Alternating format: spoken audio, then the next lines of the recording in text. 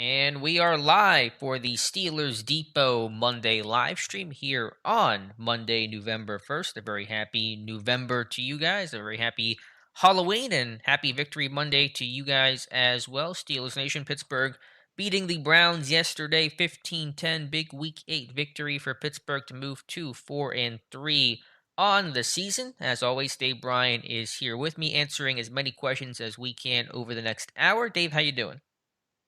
I'm doing good. 3 victory Mondays in a row. What's up?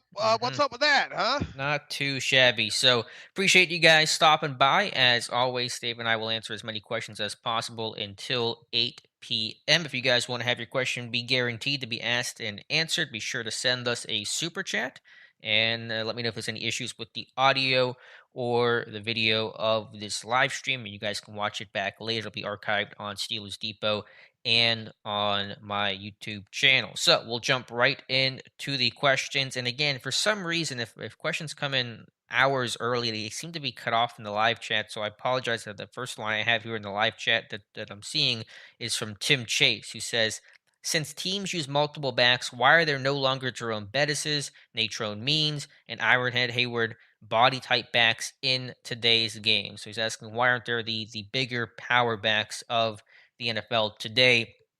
I think there's a couple. I mean, not even as many as there used to be. You know, you got Derrick Henry, obviously, although he just got hurt, he's going to miss maybe the rest of the season, if not several weeks. AJ Dillon's a really big guy, but I think Tim, that's just a reflection of the college game. As the college game has gone smaller and more spread, you know, offense, defense, all those guys across the board have gotten smaller and did more emphasis on athleticism and speed and stuff like that. You just don't see many of that mold anymore. So it's that trickle up effect from the high school game to the college game to the pro game, and you just don't see too many of those big backs because the way systems are in college, it's about speed and spread and catching the football. Yeah, and if you are big, you're big like the Le'Veon Bell, Najee Harris build big, Right. and yeah, you do have still that level of athleticism too. It's all about RAS score now and P Spark score and things of that nature. Plus, on top of it, if you had a kind of more of a, let's say, a more situational guy, say like a Jerome Bettis, you're going to be limited on probably on the snaps that you give him overall, and then two, you don't have special teams, capability out of guys like that as well too. So teams tend to make a lot of decisions, especially on the back end of that roster with the backups when it comes to special teams. Hey, I think they should expand rosters 3 or 4 more players, and I think the NFLPA would probably agree with me as well too. I think it'd be nice to have specialized players, such as that, as a bigger kind of back type situation Hmm. there. But until they work that all out, and I doubt it will be before the next CBA. Unless there's some sort of give or take there, I think we're kind of stuck with the 53-man roster, and then the possible game day roster at 55 as it is now. I don't think the whole elevation thing is going away anytime soon. In fact, I bet the league kind of likes that, and I don't know, the NFLPA probably likes it as well too. But I Hmm. would like to see the rosters expanded. Yeah, I would too. I'm for more players having jobs, more players having an opportunity. I guess there is that line between competitive balance thing that the league's talked about occasionally, but I still think unless the college game changes, you're just not going to have those backs to choose from. And until that changes in terms of the philosophy and mentality and style of college football play, it probably doesn't matter if the rosters are 80 guys in the NFL. It's just hard to find that body type. But want to welcome some people here in the chat. We have Pablo, we have Jason Bodine.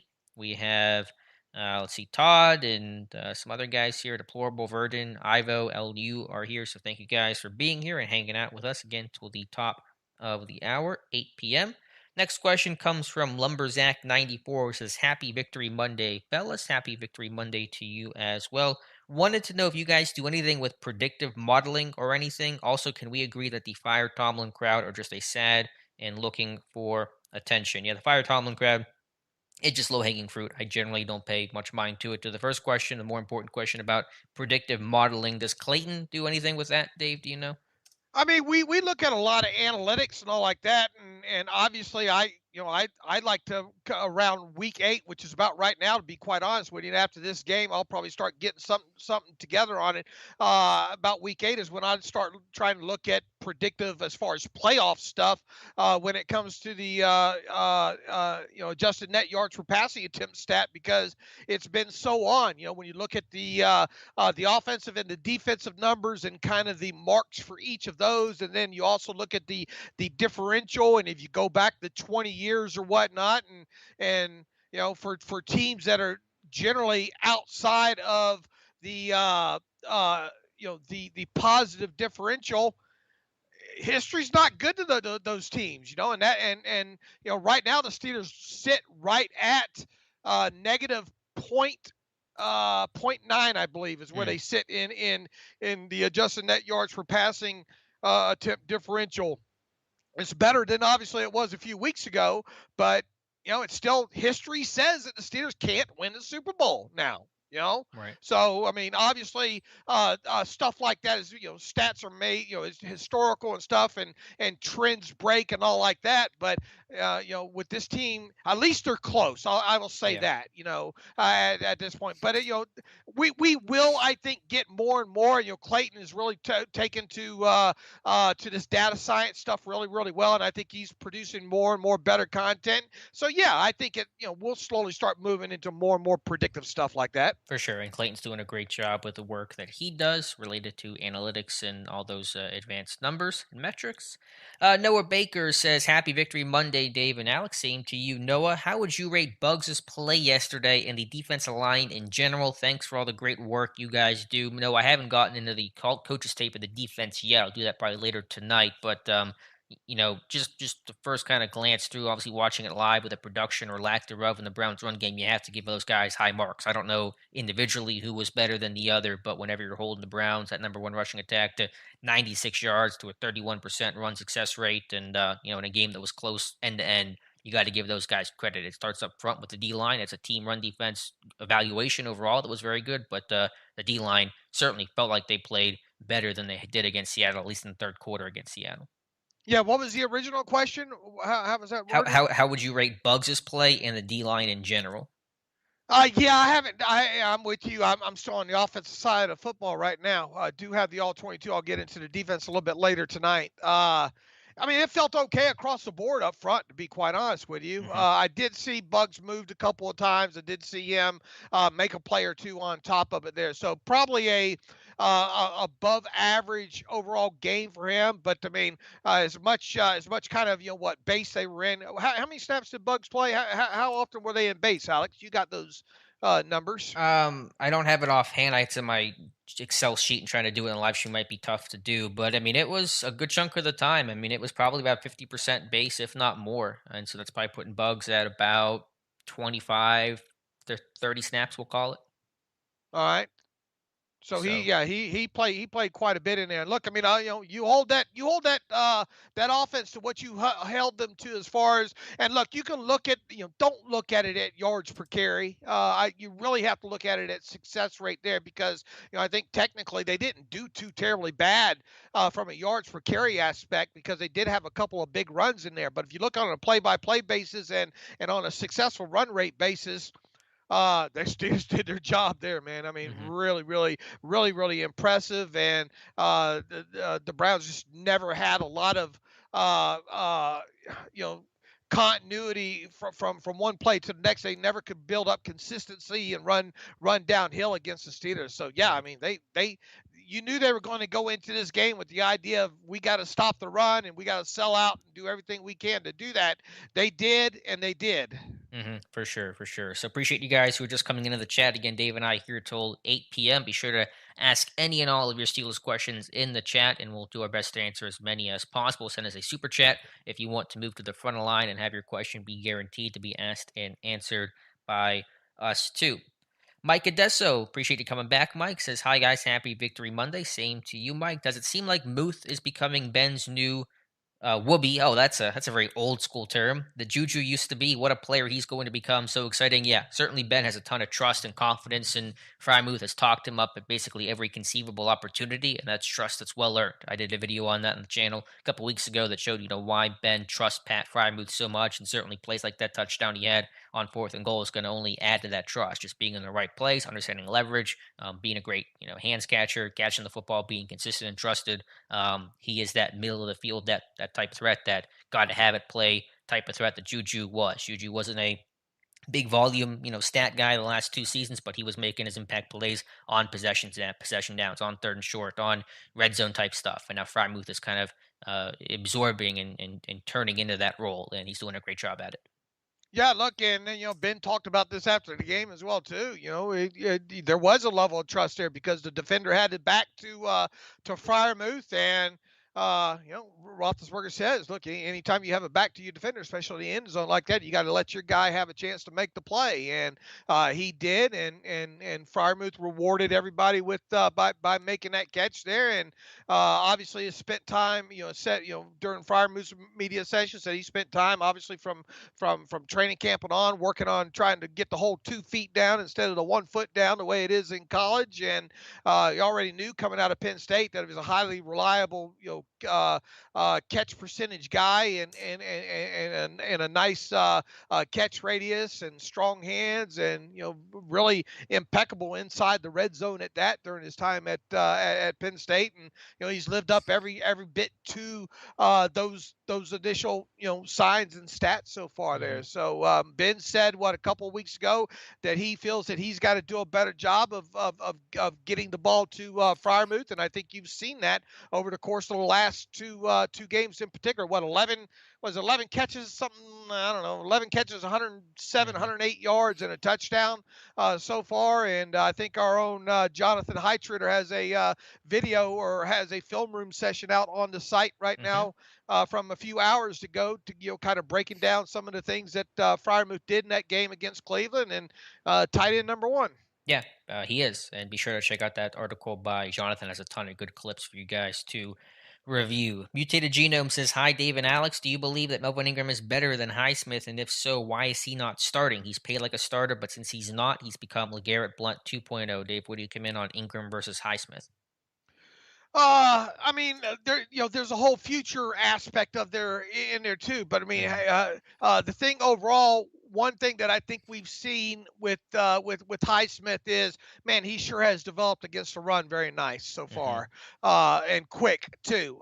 He's getting better as a pass rusher, game by game there. Probably as a pure pass rusher, I think right now Ingram is the better play by play. The stronger, more experienced. Obviously has that nice spin move. Not that Highsmith's not developing that either, but I mean, if you want to just say pound for pound right this second, probably Ingram is the slightly better player. But I mean, you got to look at this thing long term as well too, and also can Ingram really handle the snap volume that Highsmith's handling right now? I'm not so sure that he can. Right. And Highsmith obviously played a large amount of snaps. Now, me saying that is no knock on Highsmith whatsoever. You just ask me, maybe pound for pound, you know, player for player, pass rushing and run defense, who I think maybe is the better player. I'm going to say probably Ingram, but just by a little bit. It is close, but then you have to look at the future of this thing, and then look at which player can give you the more snaps as well. Yeah, I'm with you. I think it's close. I would give the edge to Highsmith. He's just younger, fresher. I think a more athletic guy overall than Ingram is today. You can drop him into coverage more comfortably, and I think with more productivity. Not that that's the main thing, but I think that's an element to consider as well. And certainly, as you said, the future aspect of it is important. What Highsmith will be year 3, year 4, obviously will be better than what Ingram will be 2, 3 years from now. So Ingram, it's a weird situation. I think we both think the odds are more likely than not he gets dealt, and I guess we'll find out within the next 20 hours and counting. Right. And I mean, once again, that's not taking anything away from Highsmith, but I think probably uh, if it came to a gotta have it type pass rush situation, I'd probably want Ingram out there. But Yeah. I mean, once again, Highsmith is developing nicely, especially against the run. Would like to see him have more power aspect into his game, and that probably will still come. I mean, he's still developing as a pass rusher. I mean, we're talking about what, full season. I mean, not even a full season to start, or right at about a full season to start, technically, I guess, about right now, right? Yeah, what did he have? 5 last year, and he's got 6 this year, Okay, so so not even. not Yeah. even a full slate as a starter yet though. So I mean he's right on course. Yeah, yeah, but I think trending in the right direction for sure. Got a nice comment here from Ivo G. Says, "Hi, Alex and Dave. I am the Bulgarian announcer guy. I gave you a straight up shout out between plays at the start of the third quarter. Don't care if I get in trouble. I learned so much from you. Love you. Appreciate that. That was he had a podcast email question, right? I believe was the reference there. Yeah, I think so. I mean, I don't know if we heard from him here before in the live stream or in the podcast one, but yeah, we certainly do appreciate that. Hope things are going well over there, and you're doing your part to educate the fans over there. Yeah, appreciate the nice comment. Appreciate you being here. It's late over there or early. I'm not sure what the time zone is, but thanks for hanging out with us. Verdon Barzy says, "What and whom do you consider the weakest link on each side of the ball?" That's a good question.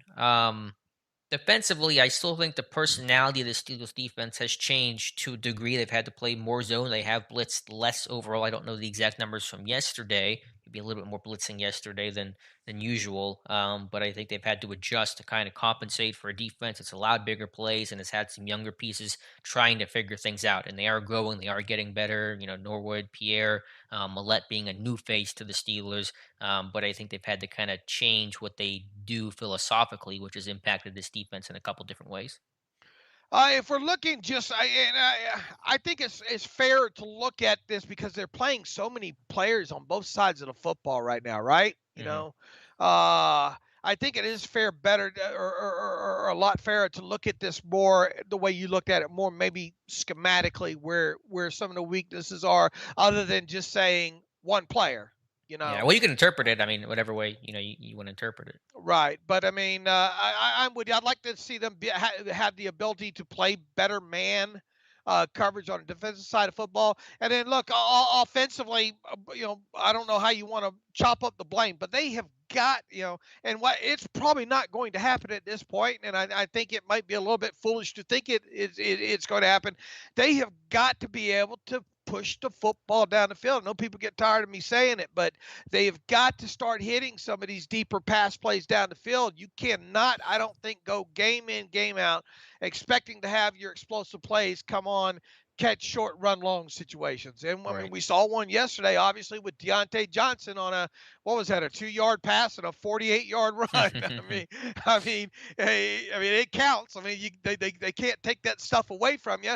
And then, even on the Gentry explosive play there, that was a blown coverage, and it was I think it was a 12-yard catch and a 12-yard after the catch situation there. So once again, not a deep pass down the field. I think Ben was 0 for 3 on passes of more than 20 yards down the field.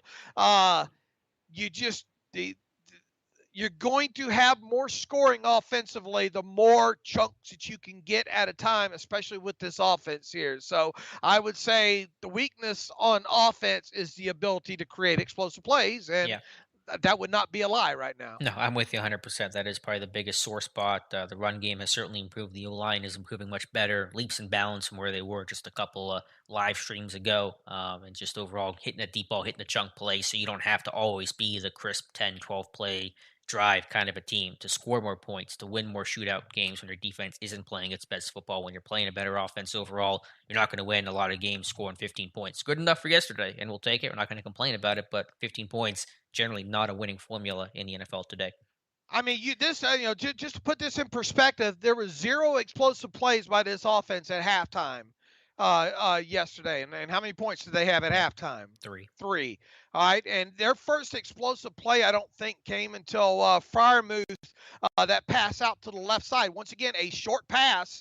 Freiermuth did a great job of making a guy miss. That went for 22 yards, but once again, that's throw short, and luckily he ran long. I think the next explosive play after that was that pass over short left side to Najee Harris, and he broke a tackle and got 20 yards. So the first explosive play, if memory serves me, came at like 4:25 left in the third quarter. So you went 2 quarters and almost three quarters of a third quarter without an explosive play. You did have two in the third quarter there, and then obviously you had the wide open pass to Zach Gentry that was early, I think around the 13-minute mark in the fourth quarter, and then you needed that one extra play, that short pass to Deontay Johnson on which you broke down a very, very nice RPO and all Hmm. on that, and catch short, run long there. I think counting on that kind of stuff though week in and week out is hard to do. And you obviously saw at the end of the first half, no explosive plays and really no points. Right, for sure. Should have had 6 though, had they not gone for the fake. But yeah, 3 way they walked away with it. LU, how do you think the Steelers will approach the kicker position after Boz returns? Do they plan on training Harvin to kick in case of emergency? Does Mason know how to hold? I mean, I'm sure Harvin, in some extent, had that plan was talked about with him and Danny Smith. I don't want to think that they never addressed about what happens if our kicker gets hurt. It's a rarity, but it's not that uncommon. Someone pulls a hammy, someone gets run into, and the guy gets hurt. Who would have expected on a fake field goal? Obviously, that's 1 in a million. But I think there was that plan always in mind. So Harvin just has never kicked before. He didn't do it in high school, didn't do it in college, didn't do it in the NFL. So you can try to train for it on the side, but there's a big difference between kind of messing around at Heinz Field or at the South Side, I should say, in practice and doing it in a stadium and in games that count and wins that matter. So in terms of the holder, Ben's the emergency holder. I think Rudolph could do it as well, but I think Ben is the backup there. Apparently Cam Sutton was getting reps there because they didn't want to risk, if they did have to kick, that Harvin kicks Ben's hand and hurts his hand or something like that. So it was a whole mess, obviously, but generally that's what happens when your kicker gets hurt. Usually teams don't have a good backup plan when their kicker goes down.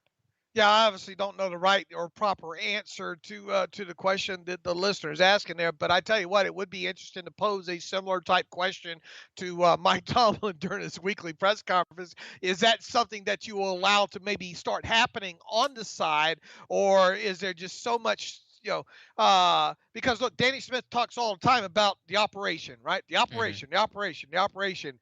And in today's NFL, with the speed and all like that, if that operation's not fast, uh, that's when stuff gets blocked, Hmm. Sure. and all. So it would be interesting to see if Mike Tomlin is asked something related to that. If will you let Press or will Presley Harvin be encouraged to maybe start kicking on the side a couple of times and all like that? You know what? My viewpoint on this is the more you can do, the more you can do, and I don't care even after practice. I think I would try to stay with somebody and start maybe trying to sharpen it up that portion of my game, because you just never know when something like Right. that might be you might be asked to do it. So I think it's all on the player sometimes if they want to increase their value to maybe take that on themselves.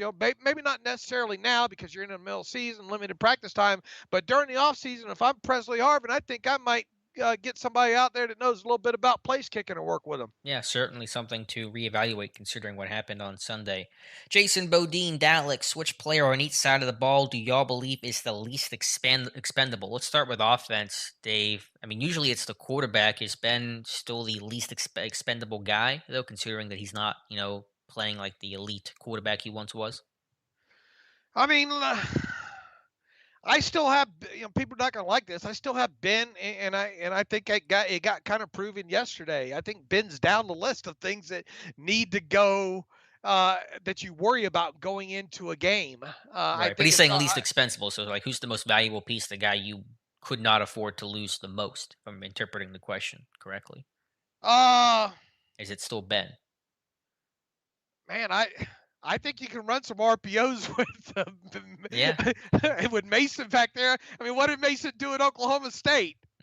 So if it's not Ben, then who I is? I Is it think I Najee? think Najee. I Yeah, mean, I'm leaning I that think way. I think you got about four examples in that game yesterday against the Browns. Four good examples in that game of of maybe an argument against fungibility, at least when it comes to the Steelers running backs there. Him making something out of nothing on some of those runs, I think, is prime example of why they wanted him and why they got him in the first round. So, I mean, apologies to Ben, but if you're going to run that kind of offense with that personnel right now, not I'm not saying that Mason can run it as good as Ben, yada yada. But if you're asking me right now, expendable wise, I think I'd go with Najee right now because that run game has got to function in Mhm. order for the rest of the offense to be successful. I I'm think. with you. I think I would go Harris as well. Defensively, I assume it comes down to Hayward versus Watt, who's least expendable Oh, of those two. man, put the quarter, get to the quarter.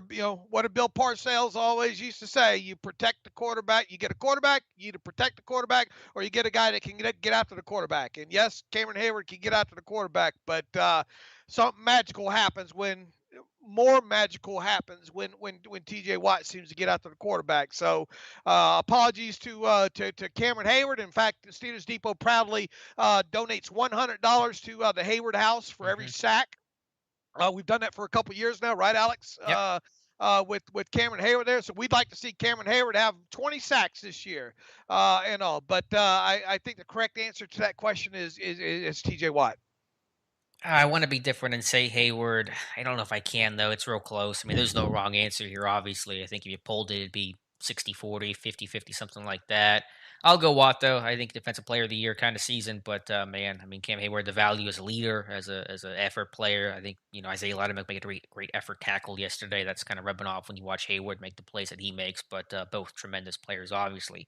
Got a very generous super chat here from Double HA $20 super chat. Far too kind. He asks, would the Steelers be better off being net sellers or net buyers at the trade deadline? We seem to be muddled in the middle of the potential playoff teams after all. I know it feels like Melvin Ingram's packing his bags on his way out of Pittsburgh. So in that sense, Pittsburgh's selling assets, but I think they're in the buy now mentality. They're 4-3, just got a big win over Cleveland. They're in the playoff race. If they'd be in the playoffs if the playoffs ended today, they're back on track. So I don't think there's any way to justify them being sellers right now, even knowing that Ingram's probably going just because he wants out of Pittsburgh.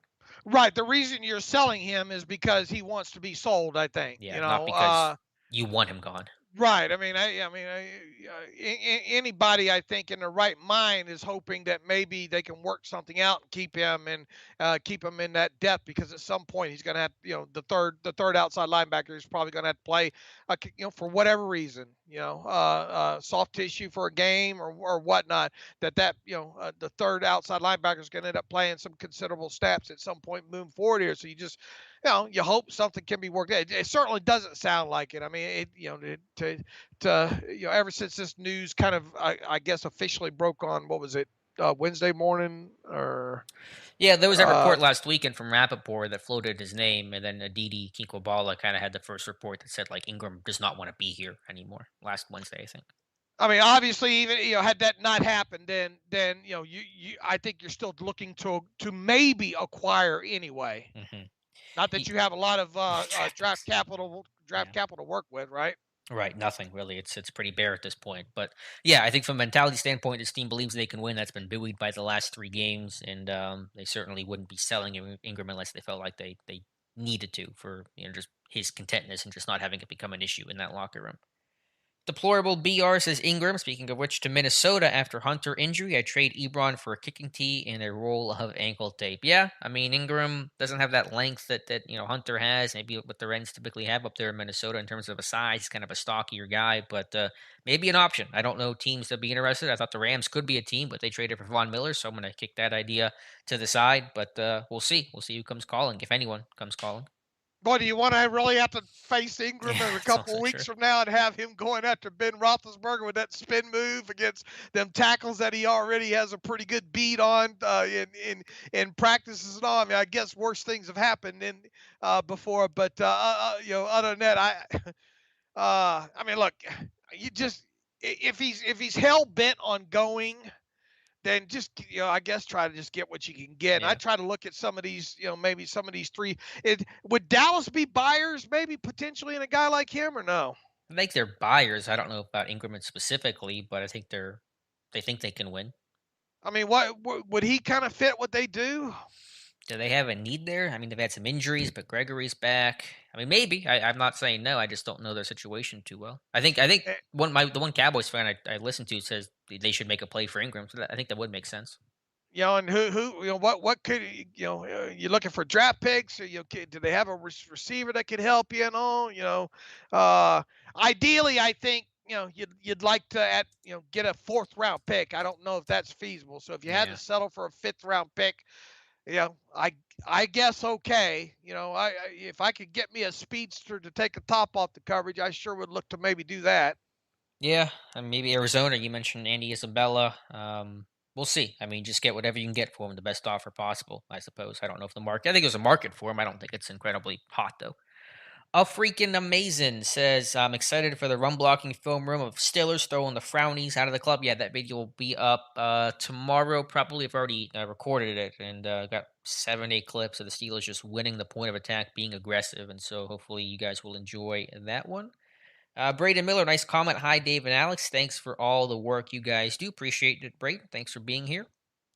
Pitman says Steelers need a 1-2 punch at running back. We don't have that on the roster. What do you guys think? I don't see that. Najee Harris is the one and the two punch. He is the back. He is the bell cow. He's the reason why he was taken 24th overall. So I don't think you need that committee there. Pittsburgh Tomlin specifically does not really subscribe to that committee theory. They want bell cows. They want workhorses. They want the Le'Veon Bells. They wanted the James Conner when he was healthy. That's why Conner couldn't fit anymore in Pittsburgh, not because of talent, just because of health, and he couldn't be that bell cow kind of guy, and that's why they made the move there to take Najee Harris. So I think he is the 1 and the 2 and the 3 in this offense. A one and a two and a three. And we'll break into song. We worked on that musical, right, Dave? You got the lyrics down? No? All right. John uh, Pennington, Dave and Alex, how do you guys feel about the no penalty call on Boz after the throw and the penalty call on the running back for lowering his head? Yeah, it was a missed call on Boz. He's afforded the same protections the way that a normal quarterback is. The wackiness of the play, I guess, caused the officials to miss it, or whatever the case is. What was the penalty for the running back lowering his head? Was that the Browns player that did that? Trying to I'm remember what trying that play to. was. I don't remember that play. Yeah, I'm drawing a blank real quick. Yeah. Unless he's talking about the one in the Bengals game, because I think Mike Hilton got flagged for something that kind of cost him the game or played a big impact in the game. I'm not that sure if that's what you're referring to there, John. Let's see. Todd says, "Is Ingram gone? How about Ebron? I think Ingram's going to be gone. I think Ebron stays. So, what say you, Dave?" Yeah, I think that's the way it's going, and I don't know how much you want to read into which players made the trip to Cleveland, but Ebron was there, and reportedly Ingram wasn't. Now you can make the argument that Ingram's groin injury was a little bit more serious, and maybe needed some treatment or something along those I don't know lines, about all but. that. I don't think I'm so. saying I know. some might It try to could. make the argument there, but both of them are dealing with soft tissue. You think one of them, if one of them's got to stay to get soft tissue treatment, then the other one probably needed to stay as well too. But I think you could probably read a little bit more into the fact that Ingram did not make the trip and Ebron did. So if I was to bet, I would bet that Ingram's gone and Ebron stays. I just think from a market standpoint, I don't think Ebron has much of a market. I think Ingram will have more as a pass rusher, as a better player, the more productive player this season. And I'll put my tinfoil hat on. I know we both kind of had the idea out there. Is Ingram even hurt? I don't know if he's really hurt or if it's just a fake groin injury. I It's get hamstring. with Ingram. You Yeah, mean? I'm sure Oh, you're Ebron's talking Ebron. legitimately hurt. I Okay, think Ingram, the week that he wants out, all of a sudden right. pops up in the injury report with a groin, doesn't travel. I bet that. I don't know. I bet that groin's about to get better Yeah, real this quick. 401 tomorrow. That groin's gonna heal up really well. It's a Christmas Miracle. miracle. Yeah, that's gonna be great. Great doctors over there in Minnesota or whatever team Ingram goes to. So I'm just saying. Let's get back to a couple of questions here. Again, Dave and I here for just another half hour, so be sure to throw your questions in the live chat. Let's see. Mike Adesso, how would you rate the O line so far on a 1 to 10 scale? He has Moore with a 5, Dotson 3, Green 5, Turner 6, Chooks 6 as a unit, probably 25th in the league. I don't have number grades right now. They've gotten better where they were in week 1, week 2, a lot different than where they're at, yesterday in the Seattle game, the Denver game. So they're improving.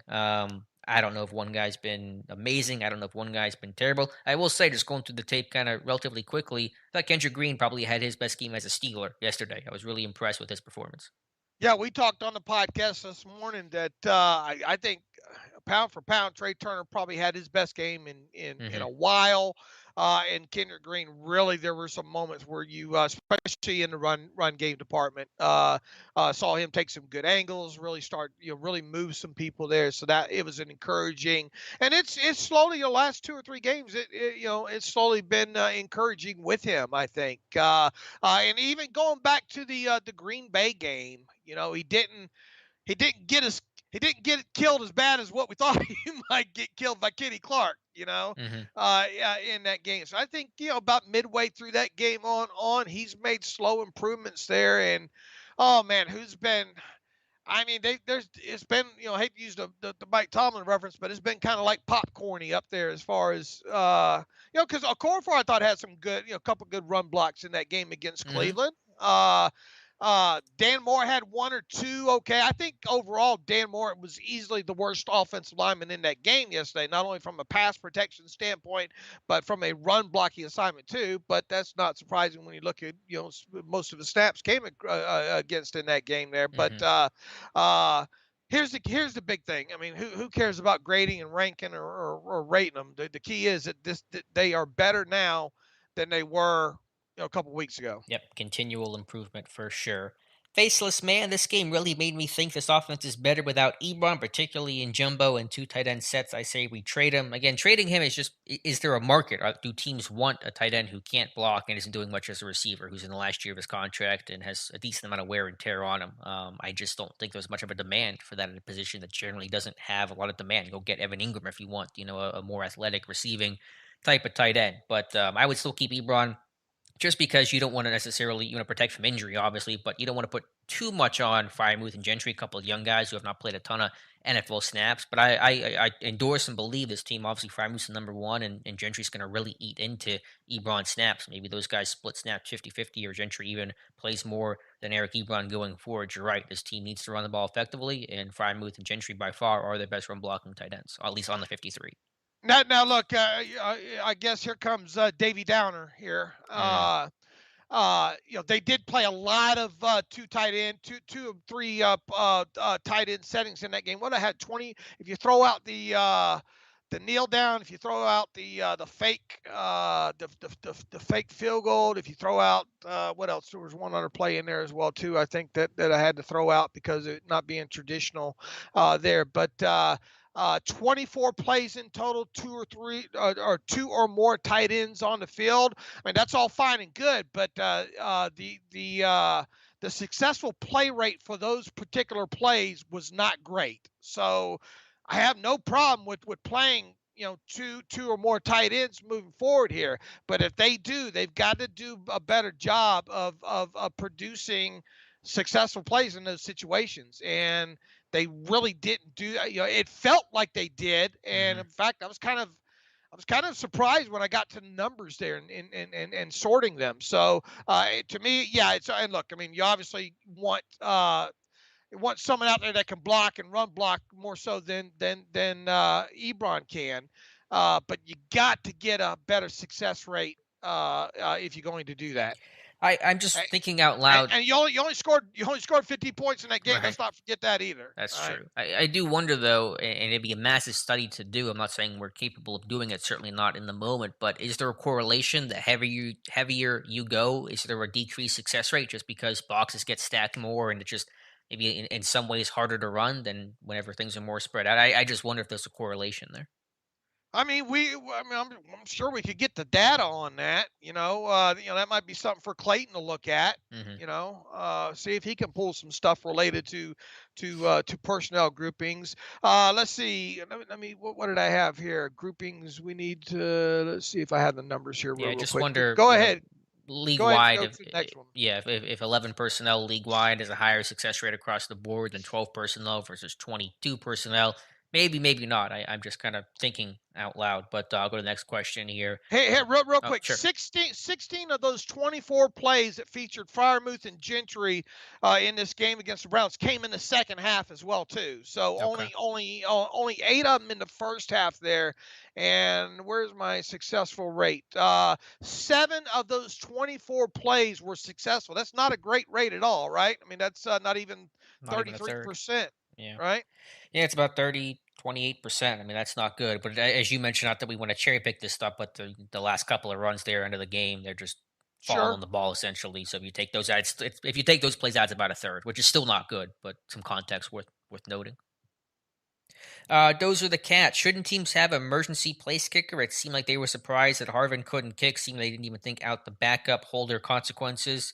No, I mean, it'd be great to have an emergency kicker if your punter could kick, and sometimes those guys do. I remember Matt Weil in camp a couple of years ago; he could kick and punt, and so that's an easy solution to it. Holder stuff aside, but they have a backup holder.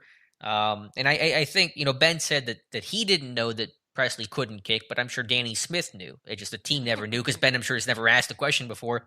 Can Presley kick? So I'm sure that was just new information to Ben, not necessarily new information to Presley or Tomlin or Danny Smith. So I think that's explaining the comment there. But it's tough. I mean, if you lose your kicker, it's like losing your long snapper. What's your backup plan? You might have one, but it ain't going to be a good one because that's just the NFL and the way it's constructed roster size wise. Did you hear Joe Schobert talk about that today? Yeah, he said he kicked in high school as a backup kicker, which my God, how bad do you have to be the backup kicker in high school? And the Derek Watt, I was getting like I Right. was getting some Ray Mansfield vibes. That so one of those Yeah. guys might come in and try a short pooch kick or something like that. Yeah, Derek Watt evidently kicked some field goals and extra points when he was in high school there. So I tried that to find some. I couldn't find any information on. I was trying to fact check Joe Schobert. I could not find any uh information on that. Not on Max Preps, not on Google searches, not on high school stuff. So I'm not. I wonder if that's accurate.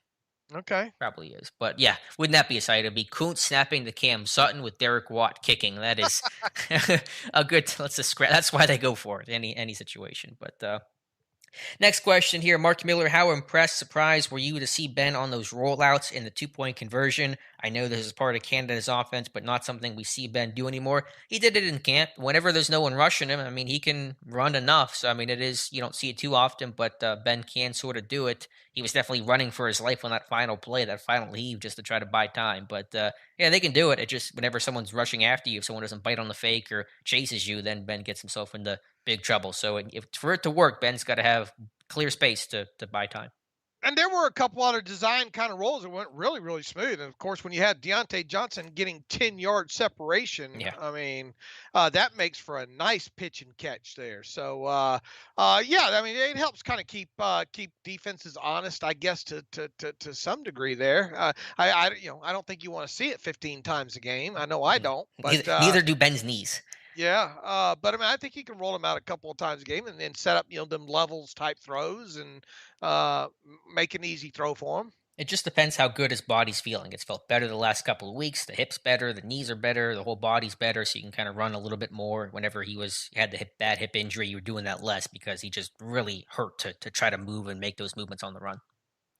Mike Adesso, Jarvis Landry doesn't fumble or have 2 to 3 drops. Browns win that game. No, probably. I mean, who knows? But certainly the Browns, self-inflicted wounds cost them dearly in this game, and none bigger than the Landry fumble. And so, yeah, I mean, Cleveland could easily win that game if they did not make all the mistakes they made. Look, and how many times have we seen the Steelers lose games like that, where they're the ones that have the 6, 7 drops in a game and get the ball ripped out at an unfortunate time there. So yeah, you could go probably game by game around the NFL and sit and watch Right. all of them that happened this week, and probably circle the drops and one or two maybe other plays, and you hate to boil a game down that way, but the team that makes more plays than the other team usually is the ones that wins, and it's not the Steelers' fault that, I mean, look, once again, we've seen the Steelers on the other side of games like that, right? I Yep. mean, where they drop all those balls, and Packers game. 2 missed yeah, chances to Juju. Change the game. yeah. I mean, that, yeah, legitimately, that those two could change the outcome of the game in those situations there. So yeah, I mean, They did. It was very noticeable that Baker missed a couple of throws, and it was very noticeable that, like I said, I think they're down for something like 6 drops, and then obviously the fumble by Jarvis Landry. That was a huge, huge turning point in that game because at worst they're going to probably get 3 points there, Hmm. and if they're able to punch that in, it might be ball game right there. For sure, for sure. So yeah, I think you're right. You could usually say one or two plays for almost any game this weekend, except the Lions. They needed more than one or There you two go. plays to There you come go. back and win that one. I apologize. I stand corrected. Good Got good point. Good point by you, as Tunch would say. Yeah, we miss Tunch very, very much. Some nice comments here from Steel Pastor and Quality Kolos. I might be butchering that. I apologize, but you guys had some nice comments about the work we do. So thank you guys for being here. Much appreciated. Next Look, quote. it's a group effort. We got a great, It is. amazing team, and the best thing about kind of what Alex and I are able to do at this point is, a lot of people don't need a lot of direction. They just go off in their different directions. They know the kind of content that we expect that our readers and expect and all like that. And last thing I want to do is have to tell people, you go do this, you go do that, and it's kind of the relationship that kind of the core Alex, myself, and Matthew Marksty have had for so long. And I think that's kind of what made Steelers Depot what it was the way the three of us, lack for a better word, misfits work together and have a good sense of what the readers and listeners want, and kind of go from there. So it really is a team effort, and we just got an amazing group of people writing and working for the Hmm. site right now. And we thank you guys for nerding out with us. I mean, we can't, it wouldn't work if we were the only ones nerding out and there was no one to nerd out to. So you guys hanging out with us certainly means a whole lot. Vernon Henderson, what do you see us doing at the deadline? Honest opinion. So, Dave, I'm going to post a question to you: who stays, who goes, and I'll make it harder on you and say, what's the compensation for anyone who gets traded away? Yeah, I think it's Melvin Ingram. And as much as I'd like to see another player and maybe a late round draft pick coming the other way, I'm just going to keep it real simple here. I'm going to say you trade Melvin Ingram away, you get a lousy 5th round pick Yep, for him. me too. I think Ingram's gone, Ebron stays, no other trades come in, and you get a fifth round pick that's going to feel like a sixth rounder because it's going to go to some competing team. So you'll be picking late in the fifth round next year. Here's the hope, and we're as wrong about that as we were about the game this Yep. past weekend. And maybe they get a 4th, or maybe they get a speedster and a 7th, or what have you. Mm-hmm. David Kapoor, Dave, and Alex, how good was clock management of Ben's last play? Dave, how did you feel about the end of that, the last play, the throwaway, and just kind of how they handled the last couple seconds of that game? Man, it sure felt like a 2 left foot situation once again. It It's did. like, damn, can't you guys do anything right? Having to rush up and then get the what was the penalty, or it was a false start, wasn't it? Was it that or delay a game? I think it was a Or false was it? start. It was some penalty there. Well, or no, I think they had called timeout. They tried to rush the snap for some reason. Then Tomlin decided to call timeout because it was just too rushed for a situation that did not and should not have been rushed. I'm I trying to think it look was a at timeout. the. Maybe it was I'm a trying to look penalty. at the end here, real quick here. No, it was a penalty. It was Deontay Johnson had a false start over Mm, there. I okay. thought that was the case. So, and it's because everything felt so rushed. He went, I understand running back and forth to the sideline, make sure everybody's on the page. And then Ben, I think, went back and said something to Hockey Lee and wanted to alert him, maybe find it. I'm willing to bet Ben said, look, I want to make sure that the clock runs until the ball hits the ground. I bet was the question that he asked Hockey League, just to make sure on it. But yeah, it seemed like a Chinese fire drill in there, Yeah. I mean, they got it done obviously, and that's all that counts there. But it sure didn't seem to go very smooth. No, it was clunky, which is kind of the way the offense was yesterday. Clunky. But That's the best. That's the best clunky, way. but good enough to win, which is literally how this offense played yesterday. Let's see. Tim Chase about the refs. Yeah, the refs. I don't think they were good, but I try not to burn much energy on the officials because most people will focus on that, and it's just what are you gonna do about it? So it's not in my control. I can't evaluate them. So they miss calls, but that's life. We'll find out Saturday what they think about the Boswell hit, what the league thinks about the Boswell hit. That's for Yeah, sure. it was a And penalty to me. I mean, not that you get anything back for that, but you know, well, maybe it'll keep Hockey Lee out of the Super Bowl. Mike Adesso, Ben seemed a little extra fired up after this win. I love what he did. This one meant a lot to the team, to Ben. I think Ben doesn't know for sure if he's retiring, but I think he has a pretty good feeling that this certainly at least could be his last game, and probably is his last game in Cleveland. And so, unless there's a playoff implication, obviously, but yeah, I think Ben. This one meant a lot to Ben. Yeah, old Tomlin pretty fired up too, and all the videos Yeah. starting to come out today after the game on top of it there. So yeah, they were pretty fired up after this one. Mike also says, "Did you guys notice that Carlos Davis's brother was released this last weekend? Got to pick him up." Yeah, that's Khalil Davis. Pittsburgh put in a claim on him, right? On Khalil Davis. Yeah they did. What was he cut from? I Whatever. must have Whoever missed that. claimed him did Tampa. I don't know who claimed him, but whoever claimed him, I guess, cut him.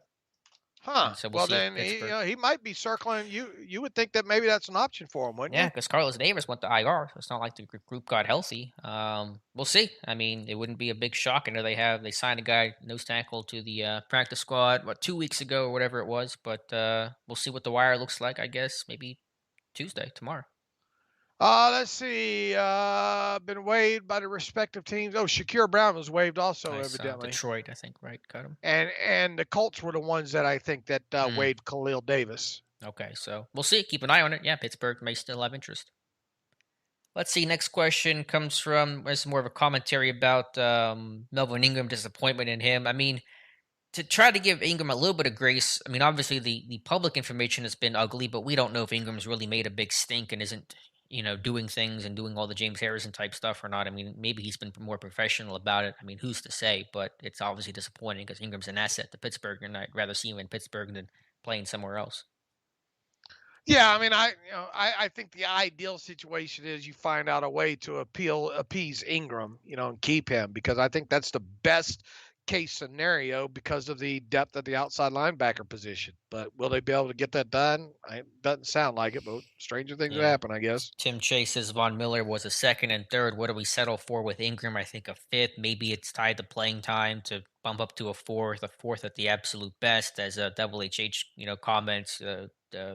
Denver ended up, retaining basically almost all that salary. So the Rams gave up more because they were taking on $700,000 in salary. Made it very affordable for them. So Ingram is affordable too, but I think a fifth round pick will be enough for Melvin Ingram.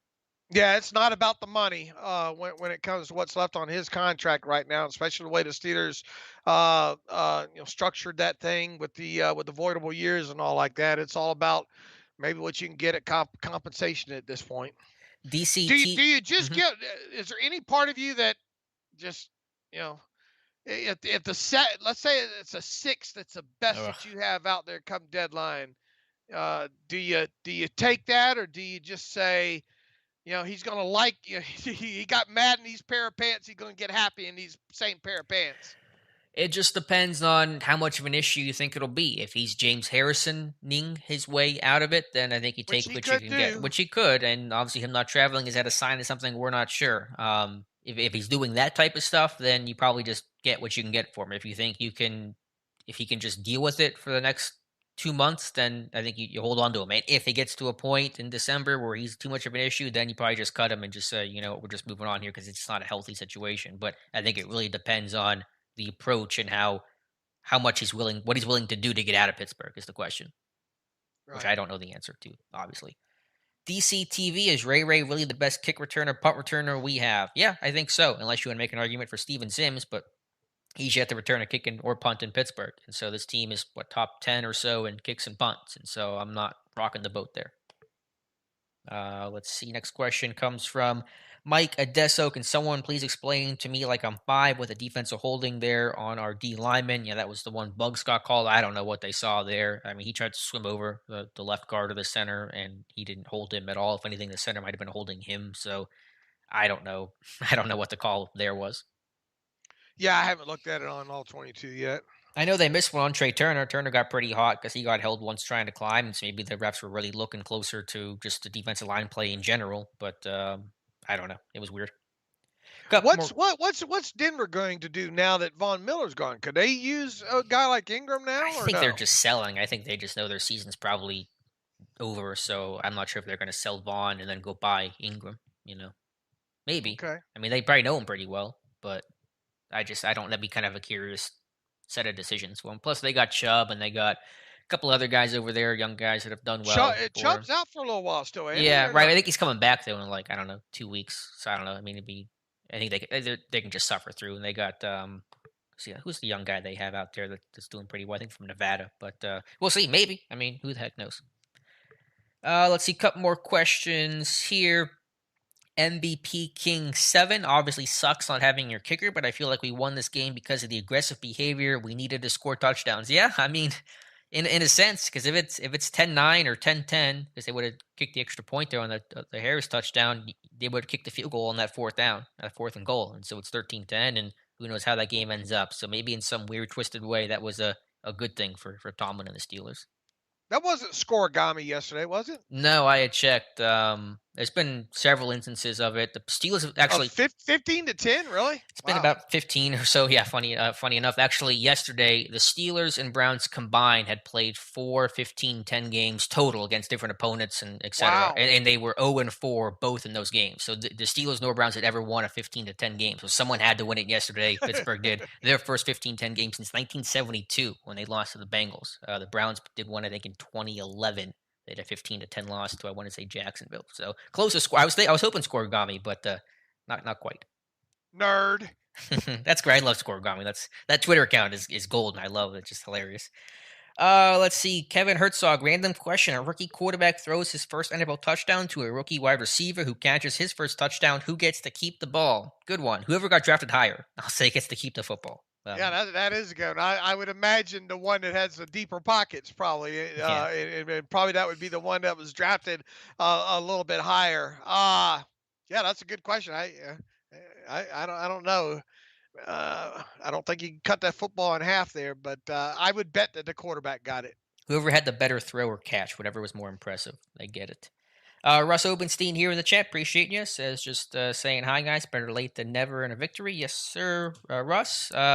Couple of comments here. Very nice from David saying, been listening since Dave and Dave days. The show and the site are better than ever. So impressive, and I love it. And Steel Pastor says he would love a full-fledged Steelers Depot app. I have set a workaround, but it would be nice. So something we would like to have someday too, but that would take some time to obviously construct. Yeah, it's a time thing and making sure we do it right. I've had opportunities to do stuff like that in the past, and I just I want to make sure I do it right, make sure it doesn't hurt what we currently have going at this time, and a lot of things. So who knows? Maybe I'll get a little bit more time this off season, and we'll throw some money at it. Yeah, right. Ninja says, no way Deontay Johnson is by far our best punt returner. We just can't use him because of the injury risk. Yeah, that might be fair, but I mean, in terms of realistic options, I mean, you don't want to have Johnson get back there getting hurt. So what other option do you want to turn to? Then obviously in the kick return game, who is the better option? McFarland's, I guess, the backup kick returner. Sims is there on the practice squad. I'm good with McLeod, provided he doesn't fumble the way that he fumbled against the Browns. A couple more questions here. Actually, maybe just one more from AZ. You think the Steelers have a shot at the playoffs, even if we go 6-3? The final stretch is brutal. It is brutal. But yeah, if they're 6-3, they're in this thing. So I'm not going to say no. I mean, how could you say no to a team that's theoretically, hypothetically, and reasonably so could be 6-3 2 weeks from now? I mean, what does even the math say? At 6-3. Obviously you never had a 17 game season before though, but I would think that the odds at that point are extremely strong. And as we talked about on the podcast this morning and the last couple weeks leading into this 3 stretch run here, if they could somehow manage to go 3-0 in these 3 games, starting with the game that they won on Sunday against the Browns and get to 6-3, I mean, you could foreseeable. I mean, 4-4 in the second half of the season. I mean, that gets you to what, 10-7 at that point. And I mean, you would think 10 wins would get you a wild card at the very least there. And heck, I think even if you go 9-8, the way this division's going right now, I think 9-8 could get you in as well too. So now that you've won the game, that's probably the most questionable out of these 3, and you're obviously going to be favored in these next 2 against the Bears and the Lions. Man, now's not one of those time for those slip ups against a subpar team. So it's out there now for you to get this team to 6-3, and if they do, barring a lot of injuries, and those things can obviously happen. You at that point, I think you would really have to like the team's chances at least getting in the playoffs somehow. Yeah, in that stretch, maybe a touch easier. Obviously, we don't know what'll happen when the matchups come, but the Titans probably won't have Derrick Henry, and the Vikings will not have Daniil Hunter. So those are two superstar players Pittsburgh may get to avoid. So I mean, that's just some perspective there. I mean, you obviously still have, you got to play the Browns again. You got to Hmm. play the Bengals again. You got to play the Ravens twice, right? So Yeah, and then the Chiefs don't look. I mean, I'll still be scared of the Chiefs, but they don't look like the world beaters that we thought they would be. When the season began, and they got a game tonight here against the Giants in a couple minutes. just win the next two games, and Yeah. then we'll worry about it. For sure, for sure. Walter S. in all caps. I really love the way people talk about the way Steelers team win their games. Okay, Walter, thanks for the input there. Todd, did Ben or Santonio get the Super Bowl ball? That's a good question. Didn't Santonio have it? Didn't he have it on display? Didn't he do That an was in the interview or documentary. something? Yeah, Yeah. Isn't it that one that a lot of people probably hadn't seen? It's probably one of the better yeah. interviews with San Antonio. That's in my timeline It was this somewhere. summer, I think, or And recently. I think it's on the NFL doc. I think it's on NFL.com. I think it was a video on NFL.com as well too. I don't know. It seems like that ball that he had it in the background there. Yeah, unless that was just for the documentary. Maybe is it in Canton? I mean, I don't even know. It probably was in Canton at Yeah, some point, but I don't remember. I want to say San Antonio has it, but I do not know for sure. And then our last question here comes from AZ. We had AB return punts. Why can't we have Deontay Johnson do it?